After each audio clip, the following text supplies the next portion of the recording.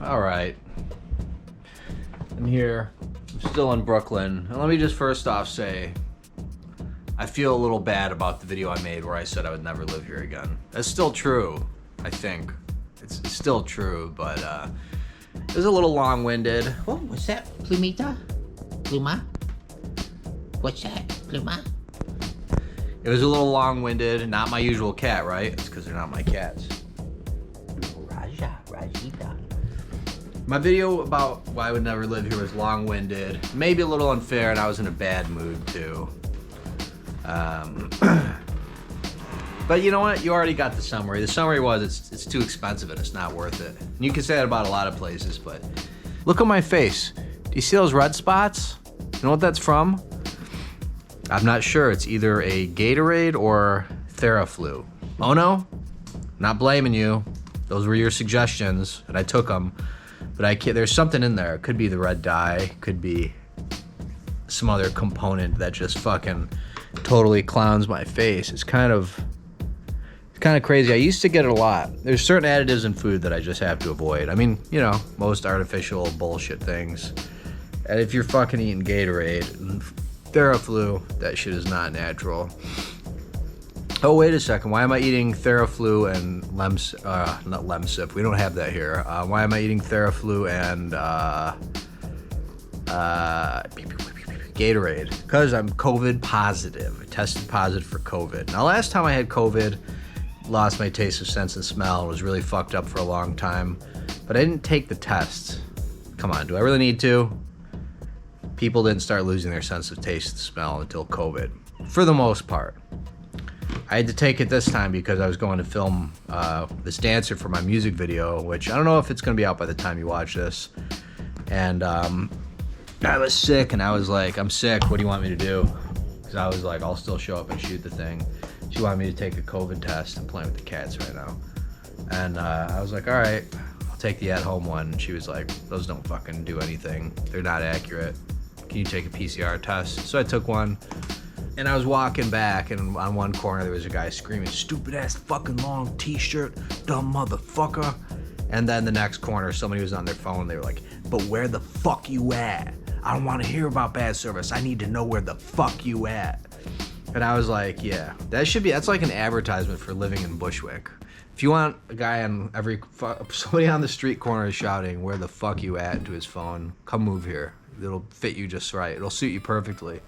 God, look at my face. This is so stupid with this fucking rash. Don't drink Gatorade. Looks ridiculous. Looks so... Alright, enough about the fucking shit already. I guess I wanted to actually talk about how I was thinking today that Brooklyn is somehow the death of my dreams, okay? What do I mean by that? When you want to know what it means to me, I'll tell you what it means for me. I guess when I was looking at a picture from 2011, I'm a little depressed right now, right? I've been feeling really happy, which is kind of uncharacteristic for me. And I gotta say, it's been so awesome. Let me just talk about why I feel like Brooklyn was the death of my dreams. And I know that's a very poetic way to say it. I know I'm speaking and I'm trying to be poetic with it. Speaking very hyperbolically now.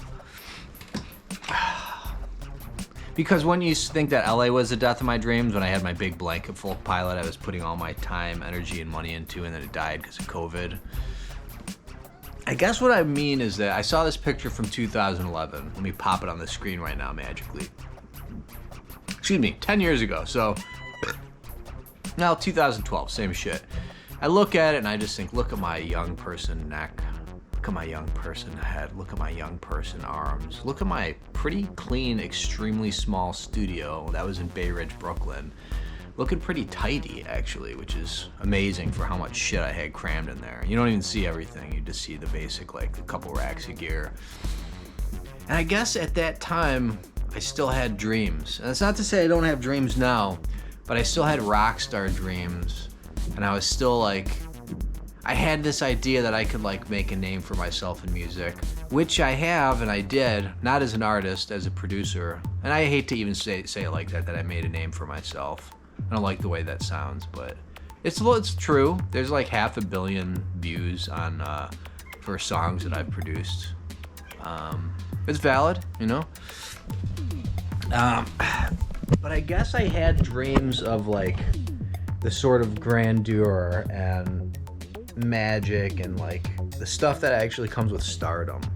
Now it sounds so stupid. You know what, my mom, she really made me mad the other day. Love you, Mom. Know you're watching this, but she was watching one of my many videos where I bitched about nobody liking my shit, and she was like, "You're famous already.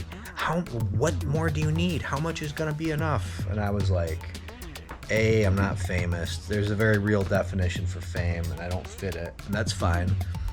B, all I really want is for people to listen to the things that I make and watch the things that I make. I'm not after so-called fame, right? But I always get into fights with her because she's always like, "You are famous," and I'm like, first of all, it's like I'm fine with not being famous. I really am, but it pisses me off when somebody tries to convince me that I'm famous because it's just not factual. It doesn't reflect the reality that I live in.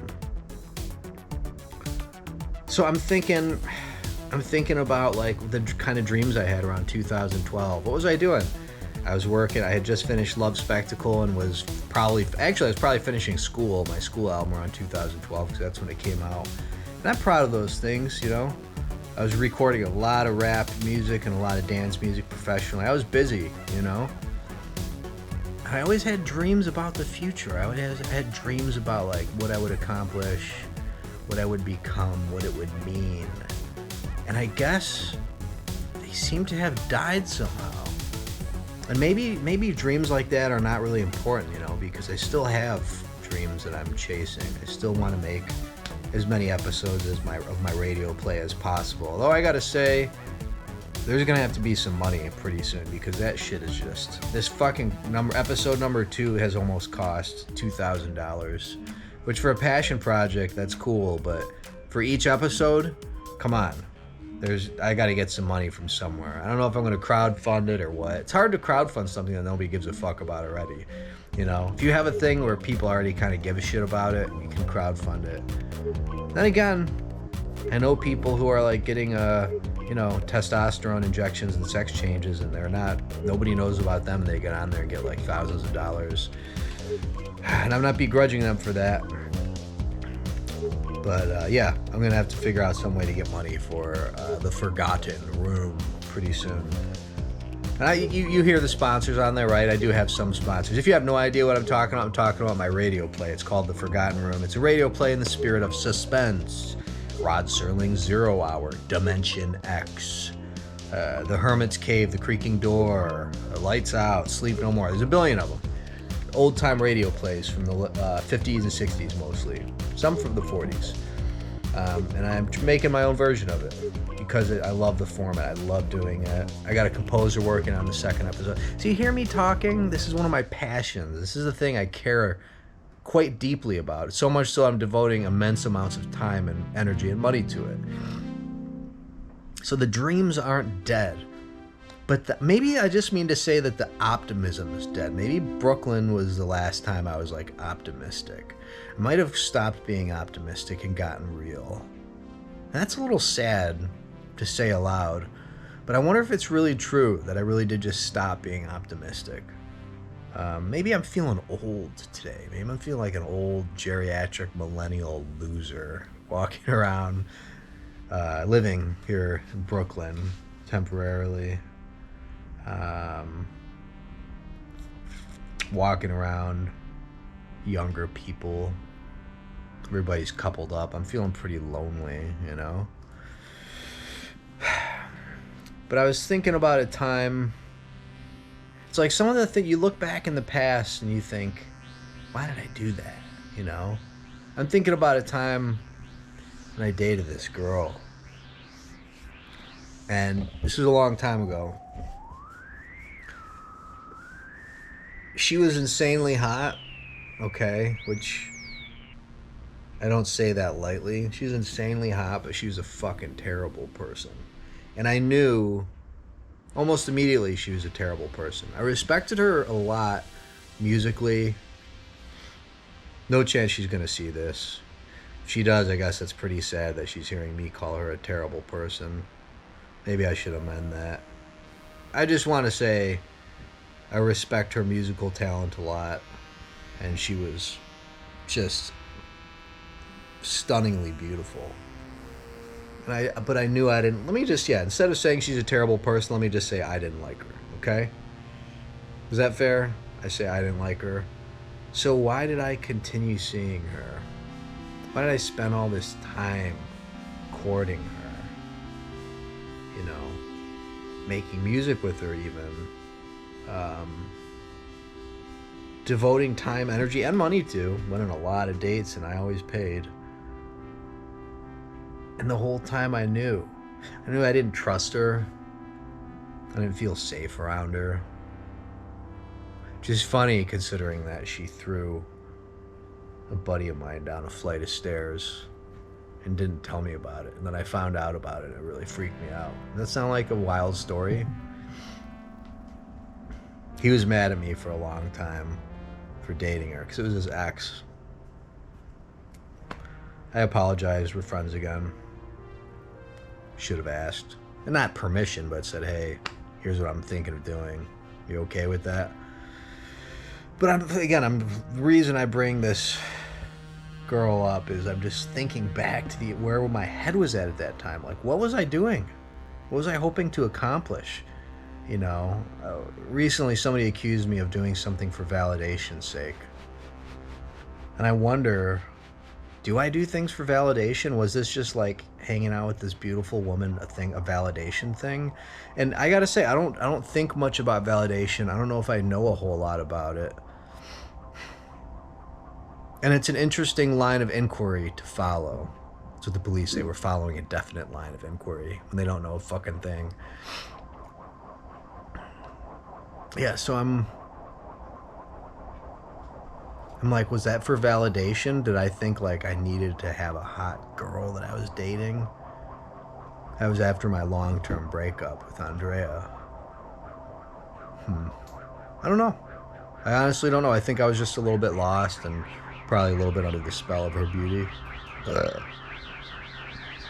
Last email I got from her was probably 5 years ago, and she said that I was Satan. But again, back to this topic of the death of Optimism. This is a weird video, right? Weird vibe. This is what you get when you take me out of my environment. Take me out of Utah. Take me out of the desert. And put me back in Brooklyn. Put me back in the fucking place where I spent my 20s. This is what you get. A lot of fucking... You get a face rash. Thank you, Gatorade. Thank you, Theraflu. Can you see it? You see the face rash? Oh, yeah, you can see it. So I spent my 20s here. Now I'm 37. I'm a fucking grown man. God, I watched The Foot Fist Way. You know The Foot Fist Way? That shit is funny. Has some funny lines. I love that line. He was like, I don't care if you wake up in a ditch with grown men shitting on you. It's fucking funny. I don't know. I do think, you know what? One interesting aspect of my 20s is I was very spiritual. Okay? You know, if you watch my shit, you know that I basically don't think we have spirits, right? I don't think there is anything supernatural. It's kind of a sad, bleak, at least sounds sad, bleak, and despondent, but I don't really think it is. Okay, it's just where I landed. But in my 20s, I didn't feel that way. I was part of a fourth way group. I had a teacher. We all had a guru. I spent $300 a month for a very long time following this group, studying with them. Went to Allan Kardec's Spiritism Center. I was reading all these fucking books, man. I couldn't get enough of it. So sure. It all died. It all died like overnight. After years and years of like spirituality and following this like spiritual path, it just fucking died. And the death of it did correspond with the drug relapse, which I guess is interesting in its own way. But it also corresponded with, I was sober for 8 years, clean and sober, like no drugs, no alcohol, no minor mood altering anything. And I wanted to smoke weed. I just wanted to smoke weed. And I was like talking to the teacher of the group, and he was like, that's a terrible idea. Don't do it. And I was just like, I want to smoke weed and I don't need to hear anybody's shit about it. So I quit the group very unceremoniously, which I still kind of regret, but I also wanted to meet with him less and pay half as much, and he didn't like that. And I was like, fuck this then. I think what happened is I had so much faith in this fourth way sect, you could call it, and it was kind of just like dislodged immediately when the question of money really turned things funny for him. And then I smoked weed and had a really fun time, and I started drinking, and it was a fucking nightmare. Yeah, that was a long time ago.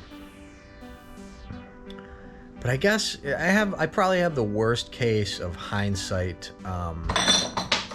Guys, relax, please. Cats, you're killing me. I probably have the worst fucking case of rose-colored glasses, hindsight, there ever was, okay?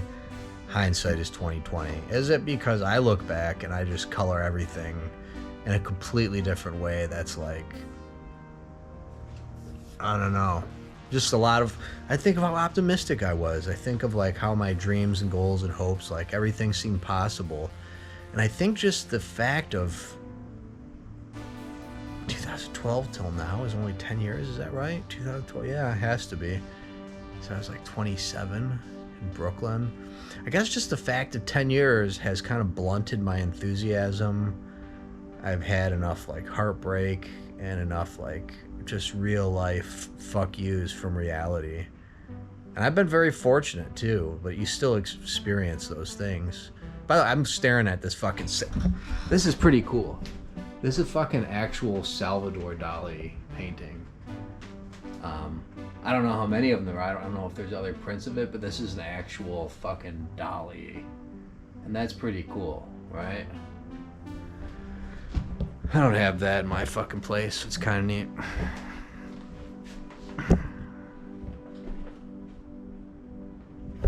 Where's this all going? I'm not even going to talk about my animal thing I've been going through lately. That's a whole other video. So where am I going? What do I want to say? I don't have dreams anymore. I'm not optimistic anymore. I will say this video comes at a time when I'm having a little bit of a slow work situation, and it's kind of making my head. Meanwhile, everybody's investments are in the fucking toilet. Inflation. Do I need to talk about that even? You know?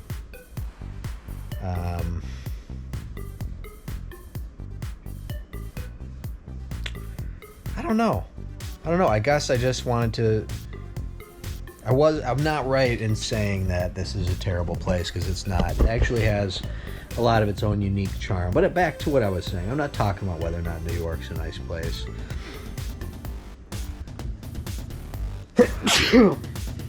Excuse me. Man, I just wanted to do some journaling, and I didn't want to write. This is what this is for me. Did you not know that already? That this is basically my journal, and it's kind of open to you. And admittedly, it's a little bit edited. I mean, not the videos. They generally are not edited, other than I try to make them look cool. This one got a little bit edited. They're edited in terms of I don't use a lot of real people's names. I tend to not be totally, completely open and honest about situations happening in my life that have to do with people. Because it's just supposed to be about my shit, I guess. It's supposed to be about my feelings, my thoughts, my life. This fucking noise, whatever it is driving me absolutely crazy right now. You keep seeing me look out here. It just started like 2 minutes ago. It's driving me fucking nuts. I guess I'm a little sad and a little lonely right now. It's funny though. You can watch a movie and get filled with hope and inspiration. No wonder people fucking love them. The whole world's depressed and fucked. And then you turn on a movie. You don't even have to fucking get up. Just sit down, put on a movie, and you can be filled with wonderment, merriment, joy, laughter. You can have an adventure. You can sort of have an adventure. can go into the future. You can go back in time. You can just see the most epic stuff. You don't even have to get up. No wonder people fucking love movies. I always want a real life adventure, you know? But there are limits. Damn, I thought I just realized I had one other thing I wanted to talk about. Now I'm totally spacing on it. Must not have been that important. What was it? Just talking about watching movies and feeling happy. Alright, I guess this fucking video is done with. Talking about feeling lonely. Oh, can you imagine it? Can you imagine me talking about being lonely? Don't let this video deceive you though. Because prior to a few days ago, maybe a week ago, I was feeling really happy for a really long time. And it was really great. You know? I don't know what the fuck happened. Or maybe I do. No. I don't really know what happened. Do we ever know what? I can't even think anymore with this fucking noise. Fucking hear it? Driving me fucking crazy, man. Fucking terrible. Alright. I remembered what I was gonna I remembered what I was going to say now. The temptation out here is pretty immense.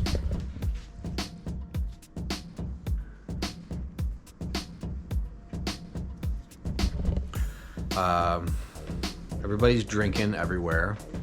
It's just a fact of it. There's liquor stores everywhere. Everybody's smoking weed everywhere. I was gonna hang out with a friend I hadn't seen in a very long time, who I was never close with, and they texted me, would you be interested in tripping on acid tonight? This is like a couple nights ago.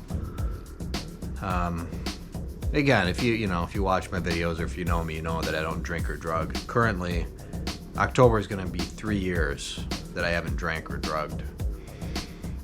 And as I've said before, the Mormons got that route figured out, because out of sight, out of mind. You just don't think about it when it's not in your face. But then when you see it all the time and you're smelling it, you're around it, your friend's having a beer at lunch, you smell the beer glass. Just fucking smoking weed everywhere here. Literally everywhere, there's fucking smoking weed. And then people ask me if I want to trip on acid. What? No. Anyhow, that's an addendum. That's an addendum. I was just saying that the temptation is great. Look at my face. Look at that fucking rash, man. Fucking terrible. I'm never drinking